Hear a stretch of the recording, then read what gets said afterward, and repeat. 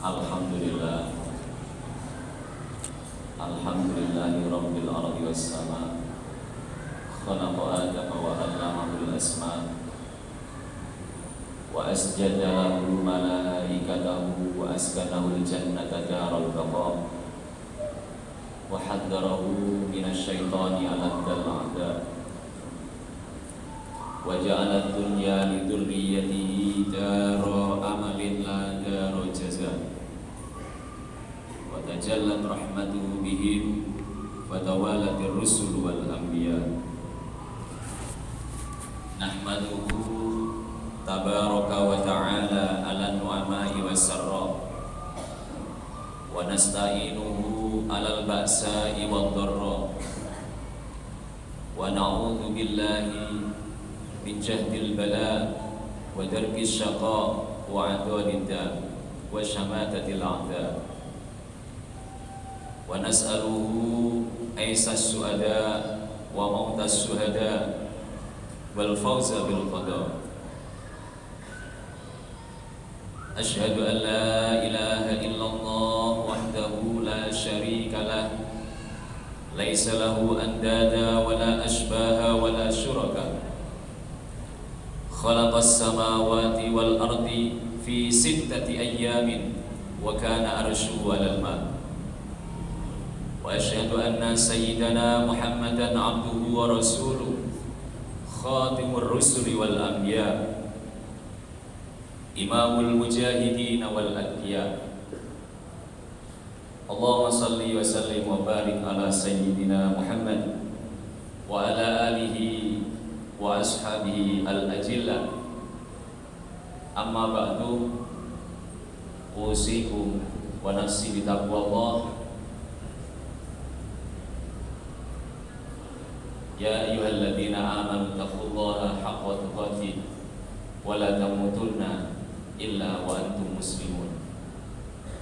Hadirin jamaah salat Jumat yang dirahmati oleh Allah, bersyukur kepada Allah terlebih dahulu bersama-sama atas segala nikmat yang diberikan oleh Allah, wabil khusus nikmat Islam dan nikmat iman yang semoga terus kita bawa hingga kelak ajal menjemput kita. Amin ya rabbal alamin. Selanjutnya mari bersama-sama sekuat tenaga untuk meningkatkan kualitas takwa kita kepada Allah dengan cara sekuat tenaga pula untuk melaksanakan perintahnya dan berusaha menjauhi segala apa yang menjadi larangan-larangannya. Hadirin yang dirahmati oleh Allah, ada orang yang kebaikan-kebaikannya mungkin membuat kepalanya menjadi besar, tubuhnya melayang, dan ia merasa bangga dengannya. Ada orang yang amal-amalnya membuat merasa hebat, merasa mulia, dan lebih baik daripada sesamanya. Ada orang yang ibadah-ibadahnya membuatnya ujub, merasa bahwa ia manusia yang baik serta yang paling dekat dengan Tuhannya.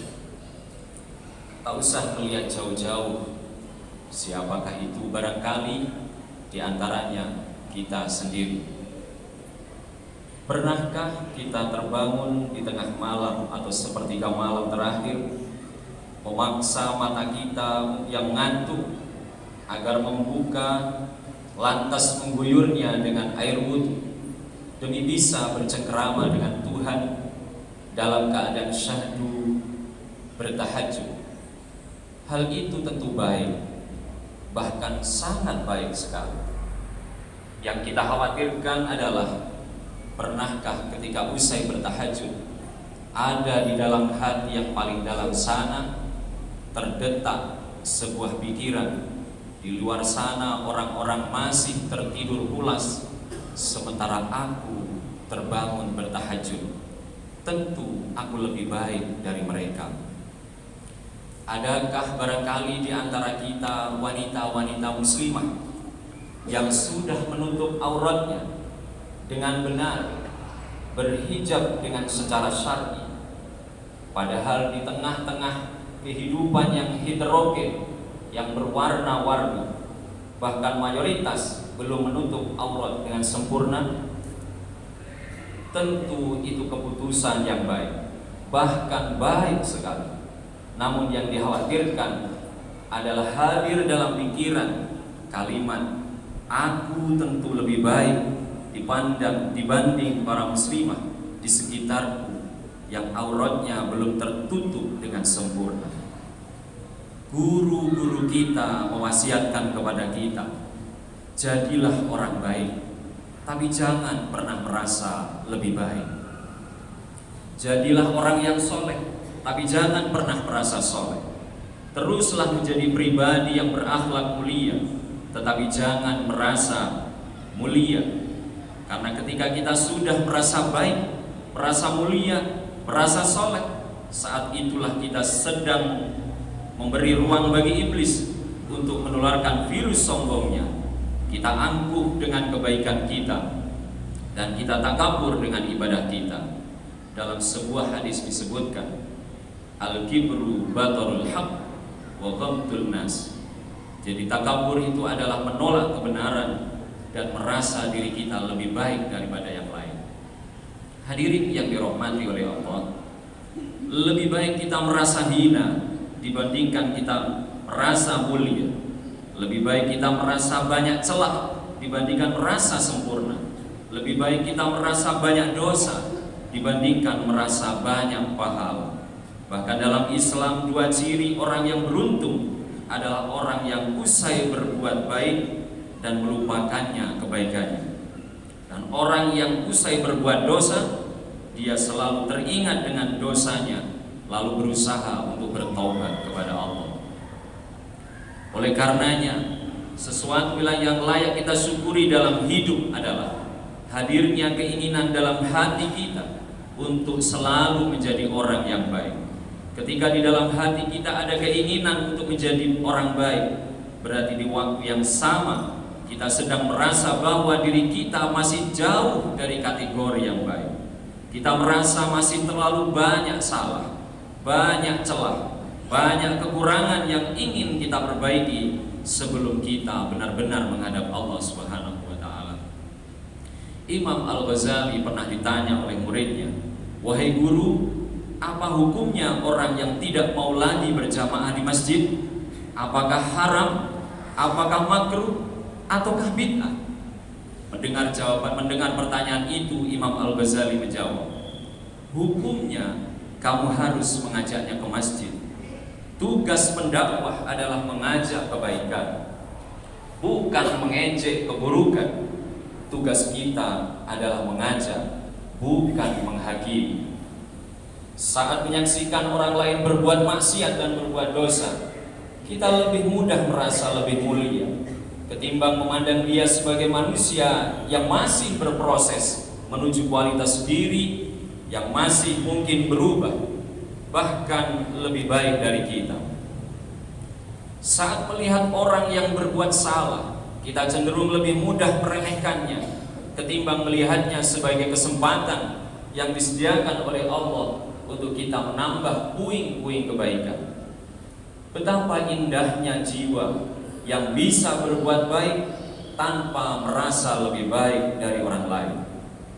Betapa indahnya akhlak seorang muslimah yang bisa berhijab dan menutup aurat dengan benar tanpa memandang rendah perempuan yang ada di sekitarnya. Menurutnya belum menutup aurat dengan benar. Betapa indah akhlak yang melaksanakan ibadah sesuai dengan sunnah tanpa memandang rendah orang di sekitarnya yang menurut pemahamannya belum melaksanakan ibadah sesuai dengan yang diteladankan oleh Rasulullah SAW. Apakah mudah menjadi orang yang baik tanpa merasa lebih baik? Mungkin tidak mudah, tapi insya Allah bisa. Seringkali ketidakmudahan itu karena dalam diri kita belum tumbuh sebuah kesadaran bahwa hidup ini adalah sebuah proses. Kita yang ketika memandang orang jahat lalu menghakiminya dengan ahli neraka, sejatinya mengabaikan adanya kemungkinan bahwa dia bisa berubah.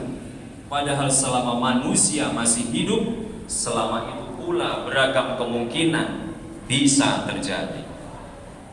Ibnu Jauzi dalam kitabnya Sayyidul Khatir mengatakan bahwa lebih baik engkau berbuat maksiat lalu kau menyesali karenanya, ketimbang kau berbuat kebaikan lalu kau menjadi sombong karenanya. Senada dengan Ibnu Jauzi, Ibnu Athaillah dalam kitab hikamnya mengatakan, kemaksiatan yang melahirkan rasa hina dan butuh kepada Allah lebih bagus daripada ketaatan yang melahirkan tinggi hati dan sombong. Hadirin yang dirahmati oleh Allah, betapa sering diri kita menyombongkan perbuatan baik, merasa diri lebih mulia, lebih soleh, lebih taat, lebih dekat kepada Allah daripada orang lain. Betapa banyak dari kita yang seringkali merasa lebih pandai, lebih berilmu, lebih benar, sehingga dengan mudah mengklaim orang yang tidak sepaham dengan kita salah, bahkan sesat. Betapa banyak dari kita yang dengan sombongnya mengatakan bahwa hanya kita yang paling dekat dengan sunnah, sehingga orang yang tak sependapat dengan kita adalah para ahli bid'ah.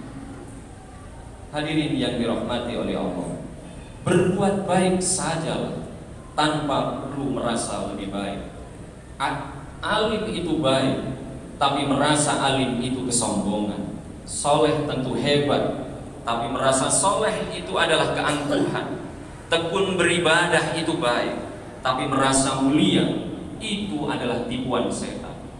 Dekat kepada sunnah itu tentu baik, bahkan sangat baik, tapi mengklaim diri yang paling benar tentu bukan tindakan yang bijaksana.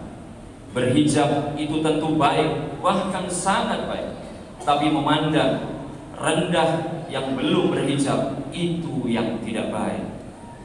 Berbuat baik sajalah tanpa perlu merasa mulia dari orang lain. Mari jadi orang yang pandai, menjadi orang yang baik, menjadi orang yang soleh, menjadi orang yang berprestasi, dan berkontribusilah bagi sebanyak mungkin sesama tanpa merasa perlu pengakuan dari orang lain, bahkan tanpa merasa perlu dari pengakuan diri sendiri. Bukankah tak sedikit orang yang dulunya berperilaku tidak baik, tetapi di ujung hidupnya ia berubah menjadi orang baik? Tak sedikit pula orang yang baik di penghujung hidupnya menjadi orang yang berakhlak buruk. Hidup adalah berproses. Betapa damainya jiwa yang ketika menyaksikan keburukan senantiasa berdoa, semoga Allah mengaruniainya hidayah, bisa jadi kelak dia lebih baik daripada kita. Betapa damainya jiwa ketika menyaksikan yang berbuat baik, senantiasa berdoa, semoga Allah istiqomahkan dia dalam kebaikan dan memberi hidayah kepada kita agar bisa meneladani kebaikannya. Semoga Allah membimbing kita untuk menjadi pribadi yang baik, bahkan yang terbaik, tanpa merasa diri lebih baik daripada yang lain. Barakallahu li wa lakum fil Qur'anil azim wa nafa'ani wa iyyakum bima fihi minal ayati wa dzikril hakim wastaghfiruhu innahu huwal ghafur.